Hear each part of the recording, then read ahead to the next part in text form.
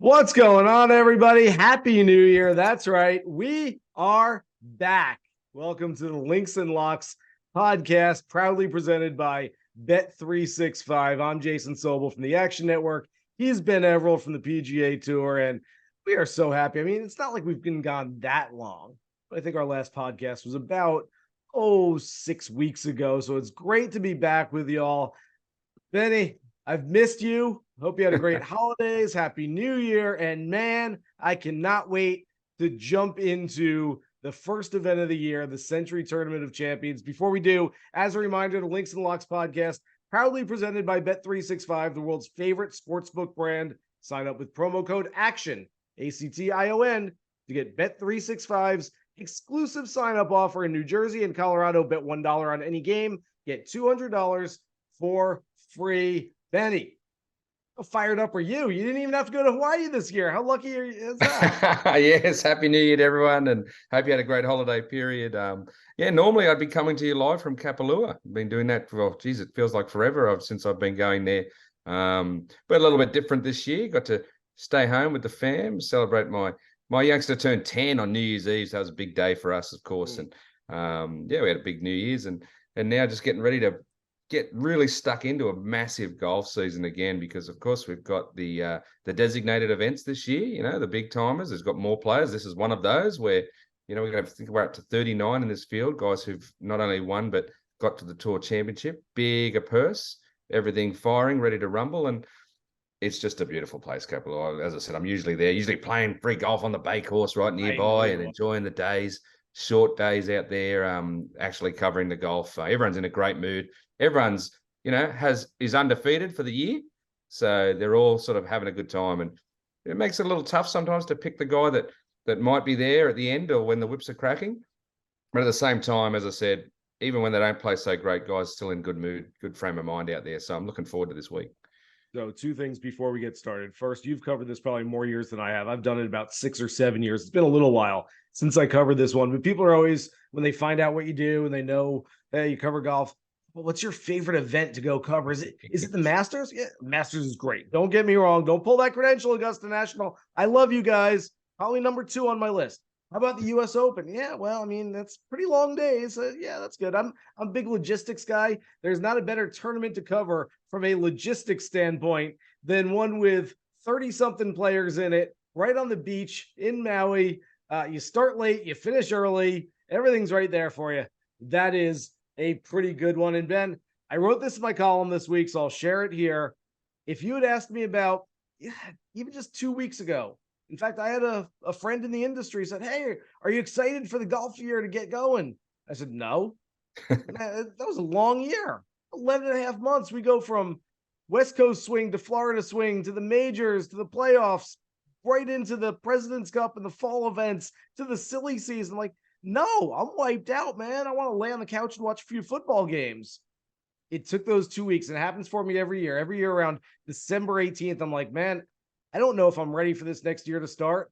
And now that it's here, I'm actually fired up about it. This is my 20th year covering the game, covering the PGA Tour, and I am as excited as ever. I think it's going to be a great year. So let's get right to it, as we do every single week on the podcast. And yes, we'll be with you every single week throughout 2023.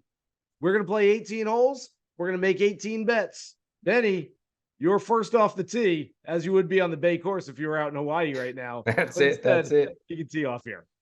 All right. I'm going to go with my second outright choices. I usually do. I love putting an outright out there from the start. And, it was tough for me not to pick this guy as my top outright. I've always liked him when it comes to non-Australians. As you know, I have an affinity for the Aussies, but this is one guy that's from the US of A that I really like. And he's a former winner there, 2019. I was there to cover that one, but Xander Schauffele, I think, is primed again, and always plays well at Kapalua, always plays well at the plantation course, if you will. He said he's a winner there. He's had a couple of close finishes as well since then. I think he lost a playoff there one year if my memory serves me correctly as well.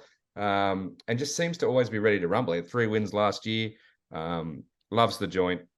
Always enjoying his time away from the course, but not too much that he can't get the job done on the course. So it's just one of those weeks I can't leave Xander out of my thinking. So Xander Schauffele is my number one pick this week.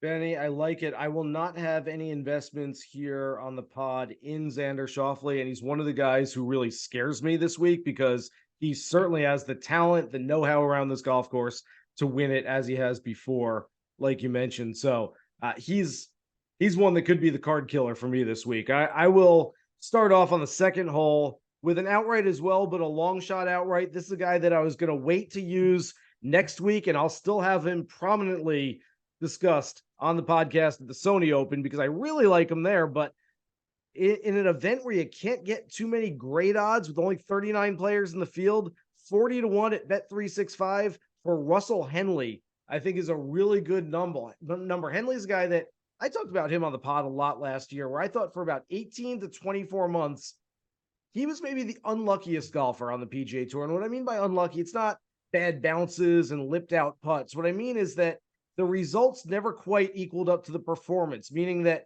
he was playing really well. He just didn't have as much to show for it as he probably should have. Finally won at Mayakoba late in 2022. I could see him winning another one very, very soon. I like him for first round leader as well if you're going to make a little Henley investment, but I will buy on Henley at 40-1 this week. All right, we've finally got something we can disagree on early. That's awesome. No, look, I've got nothing against Henley, and you make good points, but I'm going to throw out of my order here, and on the third hole, I'm going to go to a group betting scenario that I also saw with Bet365 there, where you've got 5 guys in the group, and you're betting on one of those to beat the other 4.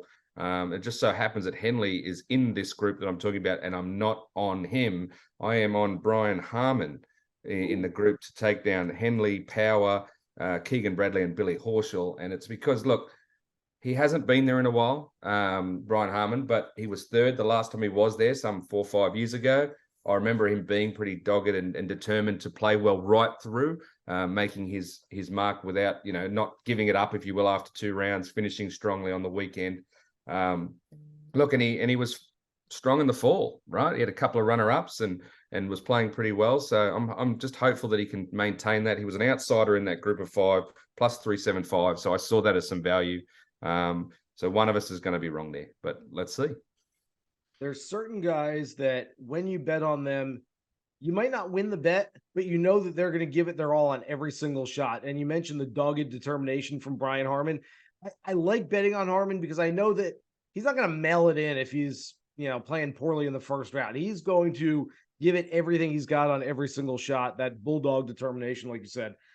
Fourth hole, I'm going to go with the top 5 here. If you want to play a top 10, I'm okay with that. But I think this is going to be a massive year for newlywed Sungjae Im, who had some really strong finishes at the end of last year, keeps coming close. I think he comes close again this week. I'll take Sungjae for a top 5 at plus 280. If you want to play him top 10 at plus 110, he has finished top 10 both of his starts at Kapalua, also top 10 in 4 of his last 8 starts on the official PGA Tour schedule at the end of last year. All right. I love me a good international player from the old President's Cup, so I'm not going to argue against you. In fact, I'll throw something out here.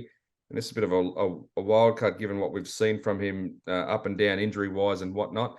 But I'll go top 20. I was looking for a little bit of value at minus 150. And remember, there's only 39 guys in this field, so you're not going to get great odds anywhere in the top 20 scenario. But Hideki Matsuyama, I'm going to see that 150 in the top 20. And I think that, there is some value there because if he is firing on all cylinders, he always wants to be playing well in Hawaii. He obviously will be defending what he did in Sony the week after.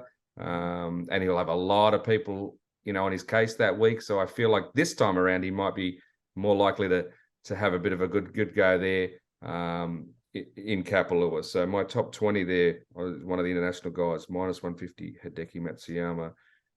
It is a wait and see for a lot of people because of those injuries that he's had. But I just am the type that likes to trust him. I've got a top 20 as well. I'm not going to give it to you yet. I'm going to wait one more hole because I want to get this in because this is going to make history on the pod. I want it known to all the people out there that on the 6th hole of our first pod of 2023, that I, Jason Sobel, American, am going to list an Australian player before you, Ben Everill. There's Ah, only one of them in the field. yes, I've got him twice coming up. And I wanted to get him before you did. Australians have accounted for 6 of the last 19 victories at Kapalua. Stuart Appleby won 3 times in a row. Jeff Ogilvy went back-to-back. Cameron Smith won this event last year. Adam Scott is the only Australian in the field. I've always thought, Ben, and you could speak to this better than I can, but there's something about the biorhythms of playing in early January where even if you're like Adam Scott and you moved away 30 years ago, that you still kind of feel like, hey, this is kind of the middle of the season. This is my summer. And so Adam Scott for a top 10 plus 230. Let's keep the Aussie roll going in Maui. Look, I'm ready to jump on. I've got him here in 2 separate scenarios. So I'm going to go to the first one. He was there for my long shot. I usually do that around the turn. Let's throw that out on the 7th hole. I've seen him anywhere from 40 to 50 to 1 and even more in some places if you shop around. Yeah, look, he loves the joint. Absolutely loves Kapalua. He surfs just down off the, I think it's the 14th hole or 13th, the 12th hole down there where you see the surfers going. He absolutely cannot wait to get back there. And plus, look, I know he was unable to close the deal in the recent Australian Open back home, losing to a young gun. Oh, Jace, help me out. The young European, DP World Tour guy that took him down. Forgotten his name. Apologies to the youngster. But look, Adam Scott, he's in a bit of form. He'll come off the Australian summer feeling very, very healthy and fresh and ready to rumble and wanting to atone for that loss he had in Melbourne. So yeah, look, Adam will probably have a very good week in Kapalua. I said my first look at him is in that long shot department, but honestly, go across the board with Adam Scott, and I think you'll be doing okay. I'm pausing because I was looking that up. Adrian Moronk, I believe, is the name. Yes, we're looking for the tall Moronk. He's on his way up. That guy. We should keep an eye on him this year. Moronk. Yes, all right. Yeah, there you go with Adam. By the way, and I'm sure you have as well, Benny, but you were probably with him. I've seen Adam Scott out in Hawaii. I believe this was in Honolulu during the Sony Open and not in Maui, but just walking down the street, like t-shirt, board shorts, flip-flops, surfing hat kind of pulled down. I swear, folks, if you have ever been out in Hawaii or maybe out in another coastal event where Adam Scott is playing, there's a good chance, I don't care how big of a golf fan you are, there's a good chance you walked past Adam Scott on the street and had absolutely no idea that was Adam Scott. You would never recognize him away from the golf course and just looking like a surf bum who's coming in from riding some waves. So, yeah, I do like everything about Scott this week. 8th hole, you mentioned a few minutes ago with Hideki Matsuyama for a top 20. I think there's some value here at Bet365. I get it. Only 39 players in the field, so it's not going to be a big number, but I'm looking at Trey Mullinax, who's a big hitter. This kid is going to hit some absolutely mammoth drives down these fairways this week. I don't normally like first-timers at Kapalua. No rookie, no Sentry Tournament of Champions rookie has won this event since Daniel Chopra 15 years ago. That said, I'm only looking for a top 20. I'm not playing him to win. Trey Mullinax, plus money, plus 105. All he's got to do is finish in the top 50% of the field. Yeah, look, you're right about it just being wide open and bombs away. Like that's one of the things that allows these guys a freedom of just swinging hard. And you mentioned the guy who won it last year. Of course, people might not remember, but it was a record weekend between Rahm and Smitty and Matt Jones actually beat them both over the weekend and barely moved up one spot with a 23 under, I think, on the weekend, where the guys that sometimes are a little bit skitchy off the tee and a bit worried and hold back a bit, they don't hold back there. So they just have a crack. And that's what I expect, those new guys there too. If they should just go there with that mindset of, hey, start of the year, let's just whack away and see where it gets us. And I understand your thought on the first timers. That being said, I'm going to throw a couple out there in the next part of this thing, not to necessarily win, just to finish high. So that's why I'm going to keep them in there. So I will go straight to my top 5. I'm going to throw Tom Kim at plus 450 for a top 5 in a 39-man field. Tom is just the guy I think is going to be ridiculously good this year. I think that I don't think what we saw at the President's Cup and in Vegas and all that was a flash in the pan. I think this kid is the real deal. It wouldn't surprise me if he's one of those guys that turns up at the Players or the Masters and is, runs second or third after the first 2 or 3 rounds. And we're like, wow, I knew he was good, but we didn't necessarily know if he was going to be this good. I think he is. And I think that, well, put it this way, it's the first pot of the year. If he is not in the top 5 of one of the majors on the Sunday in the final round, I'll be stunned. Yeah. So Tom Kim for me, top 5 this week, plus 450, good odds. Benny, I'm actually going out to Vegas for a season-long fantasy golf draft run by Rick Rungood, who's got a bunch of us in the industry who are going to make picks. I'm not more fascinated by where any player goes in this draft than Tom Kim. I think he could be anywhere from like mid first round to early third round. I have no idea how much people value him. I know everyone likes the new bright, shiny thing though. And I do agree. He's going to be very, very good. All right. We're going to make the turn here as we get to the 10th hole, as we load up on some pineapple and Mai Tais. Another reminder, the Links and Locks podcast, proudly presented by Bet365, the world's favorite sportsbook brand. Sign up with promo code ACTION to get Bet365's exclusive sign-up offer in New Jersey and Colorado. Bet $1 on any game. Get $200 for free. We make our way to the 10th tee for the back 9 bets here. And I'm going to start out with my favorite first-round leader bet and a guy that I'm going to mention on this pod and in our coverage a whole lot this year because I am very bullish on Aaron Wise. Aaron Wise had a nice season last season. He's going to have a nicer season this season. I just think this kid's ready to pop, especially on Thursdays, I think is where you find some value. Last season, he was 10th in round 1 scoring average. This season already, he is 5th. In 4 starts, he's broken 70 every single time. And so Aaron Wise for first round leader this week at 25-1, I think is a really nice play.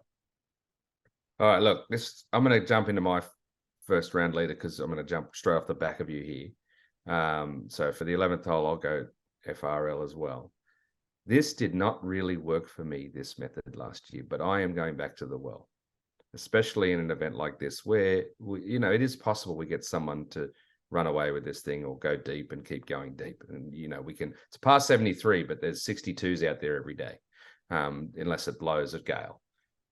The outright favorite this week, I do not like his odds at the beginning. I do not like Jon Rahm's plus 650 or 700 or whatever you see him at, but I do like maybe trying to get on the first round leader at 12 plus 1200 and then seeing what happens from then on, because my theory is, as always, look, he could come out firing. I don't like the odds. I'd rather just take the 12 now. And if he does, great. I'll collect after the first day. If he doesn't play that great off the first round, I still think he's a chance. He's had 5 starts there, never worse than 10th, 2 runner-ups. He's coming off 2 wins recently worldwide in the back half of the year and a couple of close calls as well. So with Jon Rahm, I don't think you can leave him out, especially after he'll have unfinished business in his mind from last year as well, being beaten despite playing so great on the weekend. So my play with Rahm is first round lead, jump on after the first round if he is within striking distance and you get better odds than where he starts. Yeah, that makes sense. And he's the other guy I mentioned right off the top when you had Xander Schauffele, and he scares me because I don't have him on the card. Rahm's the other one.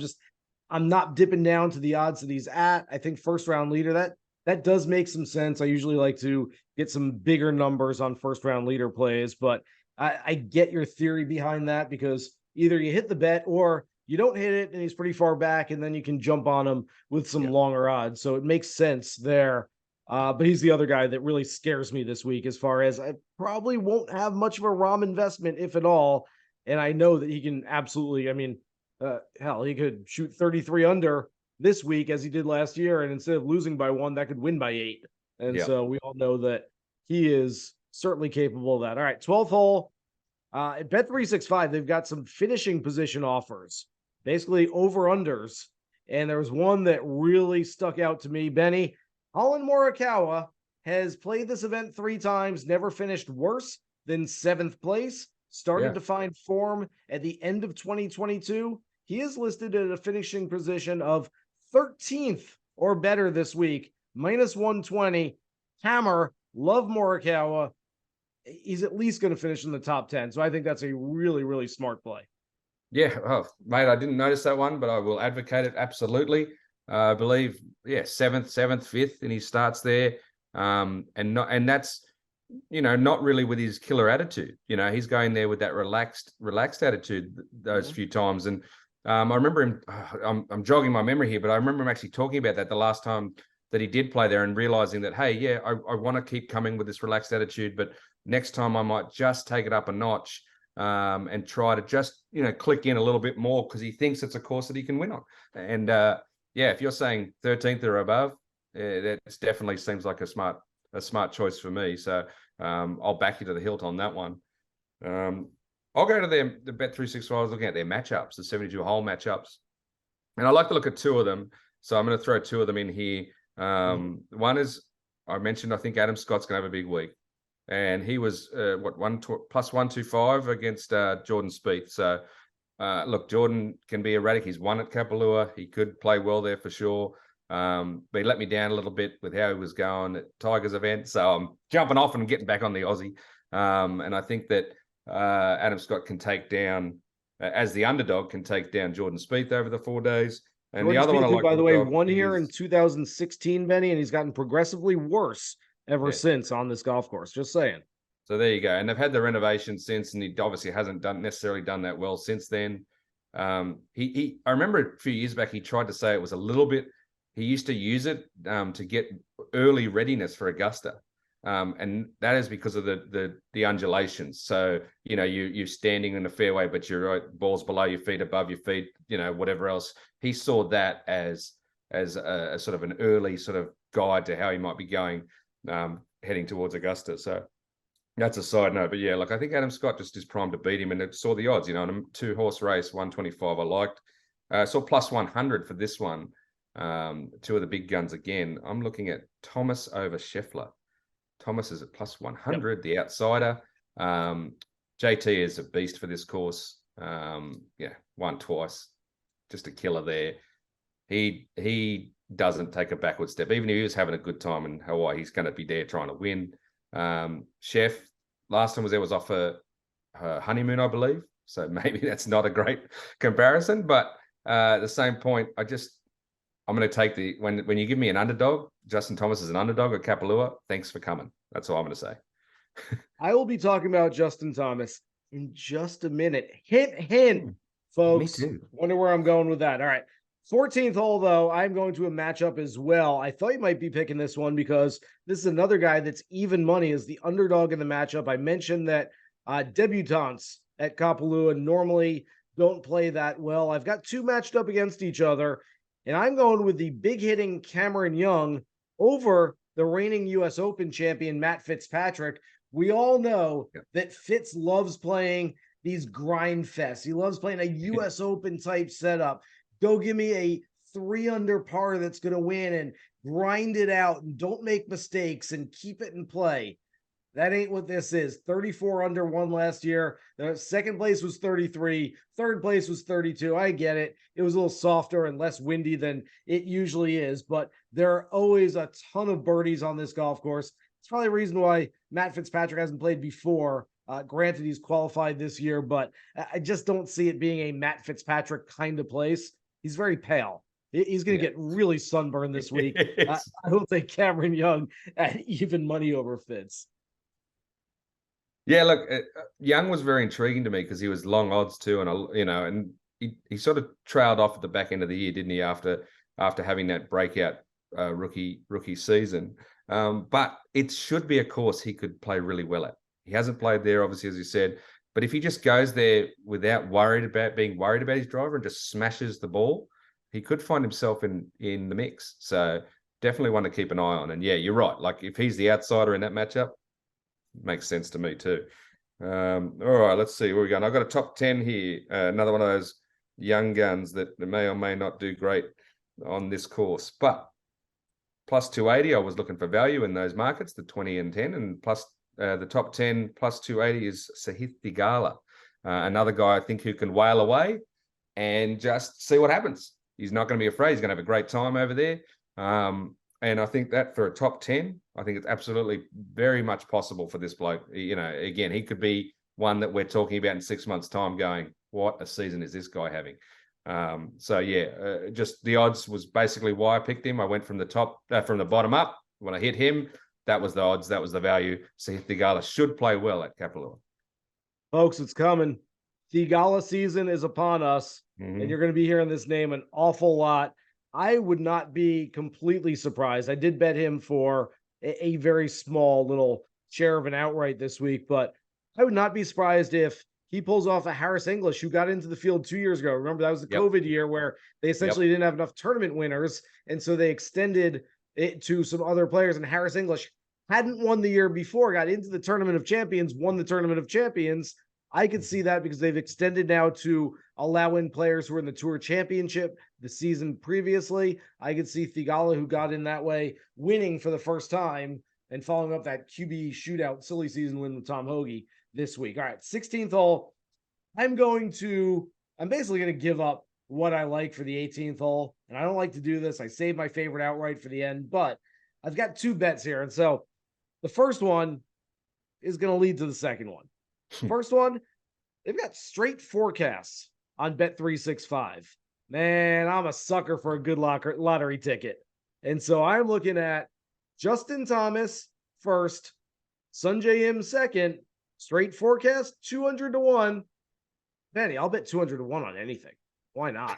That might give you a hint as to where I'm going with my outright pick for the 18th hole. But yeah, JT Sungjae 1-2 this week.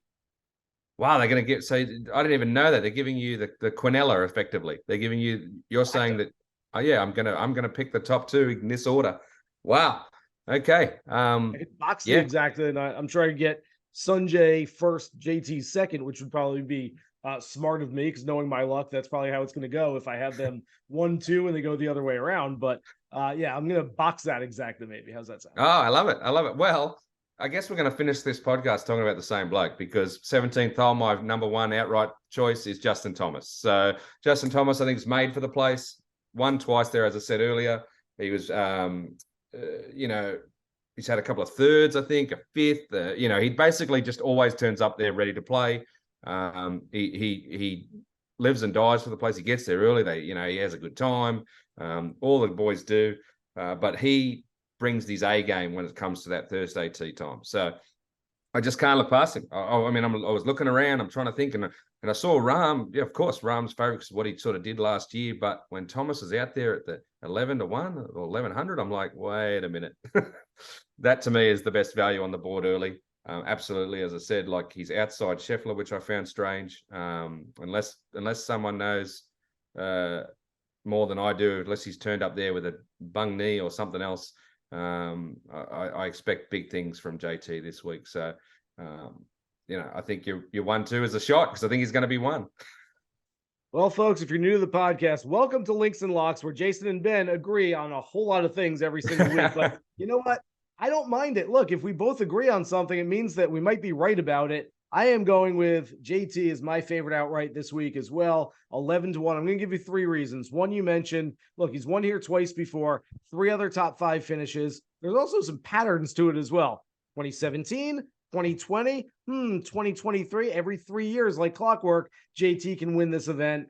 So he loves this golf course. The second one, spoke with him on my radio show on PGA Tour Radio on Sirius XM before the PNC Championship. We were live on site, and I asked him how he would assess his year in 2022. And JT said, there's a lot of disappointments. I played well, but I just didn't get as much out of it as I could have. And I followed up by saying, I want you to get a little introspective here. What does that say about you that you won a major in 2022 and you're not completely satisfied? He goes, well, I need to be a little lighter on myself. I can't be so hard on myself. But he goes, I know it's in me. I'm working so hard. I know that I'm going to have a big year next year. And I mean, he was fired up. This was like Thursday of the PNC Parent-Child Championship. So that's the second thing. The third is I walked much of his 2 rounds over the weekend where he's playing with his dad. And I get it. Look, don't take away anything from the silly season events. These are hitting giggles and having fun. He's playing with his dad, Mike Thomas. I am telling you, Benny, JT looked like Sunday at Augusta JT, as locked in as he was for those 2 rounds. This was not, hey, I'm hanging with my dad. I'm having some fun. This was, let's go out and get this thing. And he was mad when he didn't win that. I'm telling you, the fact that, first of all, he was locked in. Secondly, other than, I believe, just Jordan Spieth, who was also in that field playing with his dad, no other player in this field this week has played competitive golf more recently than Justin Thomas. I feel like that's a pretty good barometer of where he might be, where his game is, how he might play this week. So we're both on Justin Thomas. Man, it's good to be back. Good to have some golf coming up this week. Benny, thanks again. As always, they can catch us every week here on the Links and Locks podcast, presented proudly by Bet365. As always, you can find this podcast wherever you find your favorite podcast. Download, rate, subscribe, and listen. Thanks to everybody out there. Good luck with all your bets for this week's Sentry Tournament of Champions. Here's hoping you hit the green.